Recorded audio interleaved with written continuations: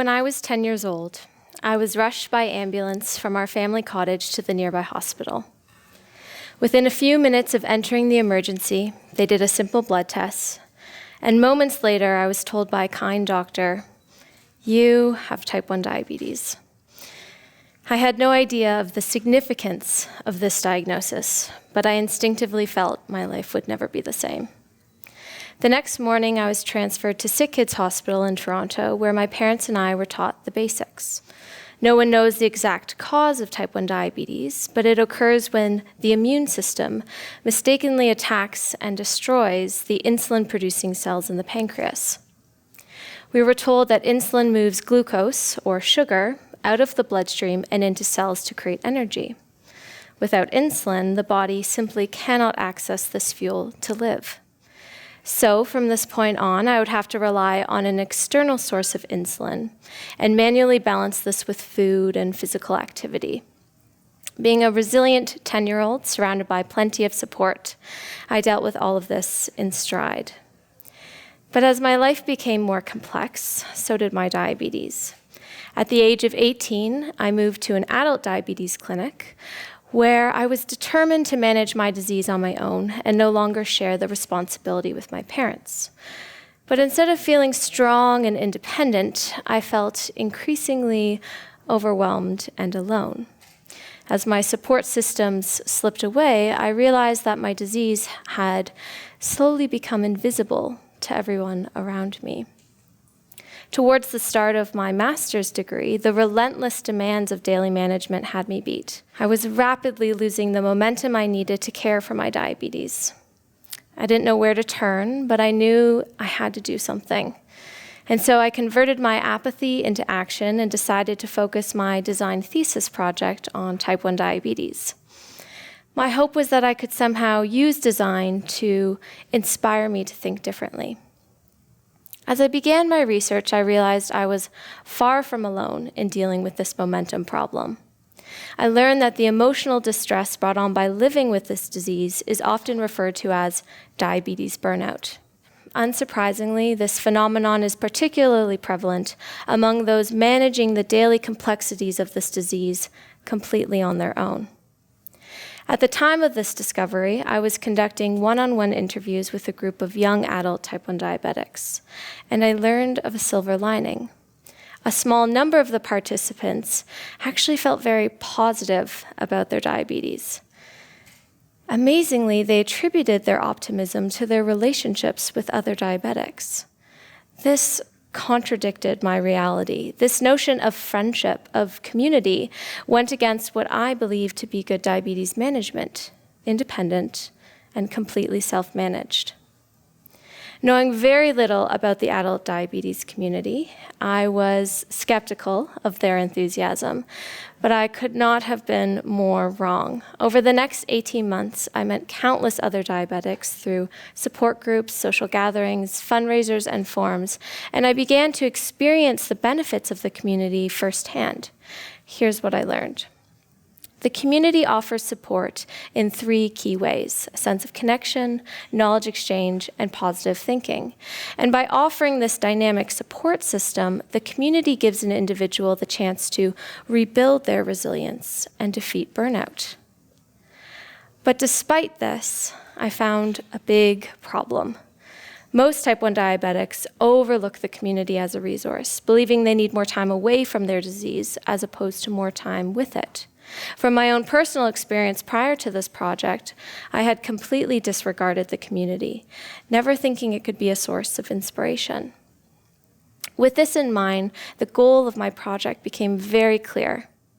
I had to convince these type 1 diabetics to join the type 1 diabetes community.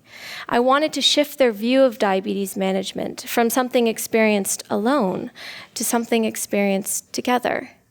The question was, how was I going to do this? The first answer to this came from observing how type 1 diabetics use language. They share terms like diabuddy, which is used to describe a friend with diabetes, or dianniversary, which signifies the day of one's diagnosis. These humorous hacks in language add levity to this disease and allow type 1 diabetics to think differently. The second answer to this came from my work as a storyteller. In my undergrad, I argued how interior designers can add meaning to space through the use of story. To prove my point, I shot a short film along Eastern Avenue in Toronto, and I showed how the film's story added context and meaning to this very industrial area. And so I employed both language and story as design tools to shift type 1 diabetics' perceptions around the type 1 diabetes community. So this brings us to my final design. I'd like to share with you now the story of the One Club, the story of a secret society of type 1 diabetics.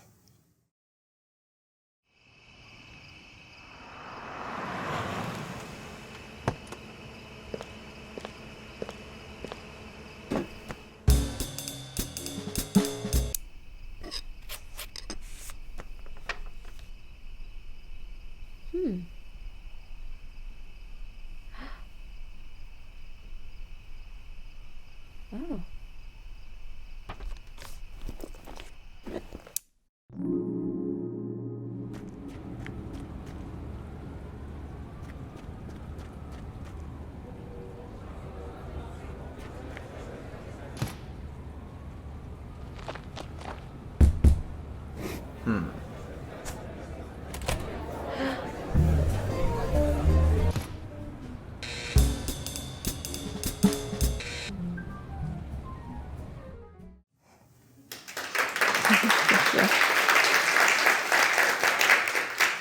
So why a secret society?